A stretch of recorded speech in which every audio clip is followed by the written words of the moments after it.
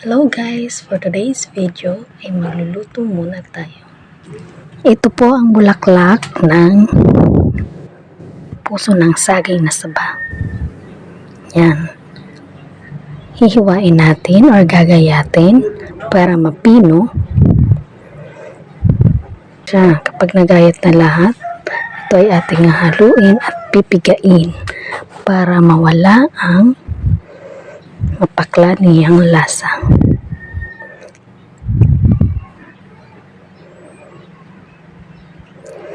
Maglalagay na tayo ng sibuyas,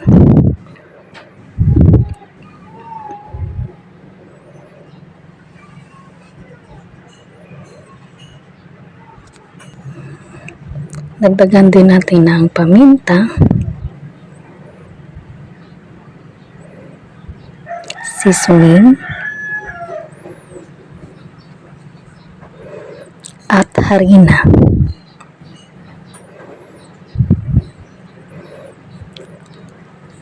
Haluin natin ito sa kaunting tubig.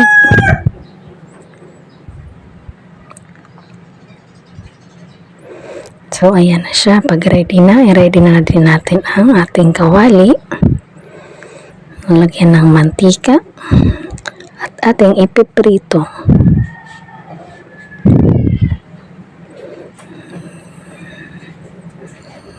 Ayan, nagpiprito na po tayo ng torta na bulaklak ng saging na saba. Ayan na siya, nakaluto na.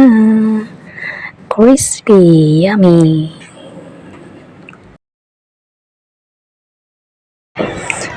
Tara, samahan niyo akong kumain.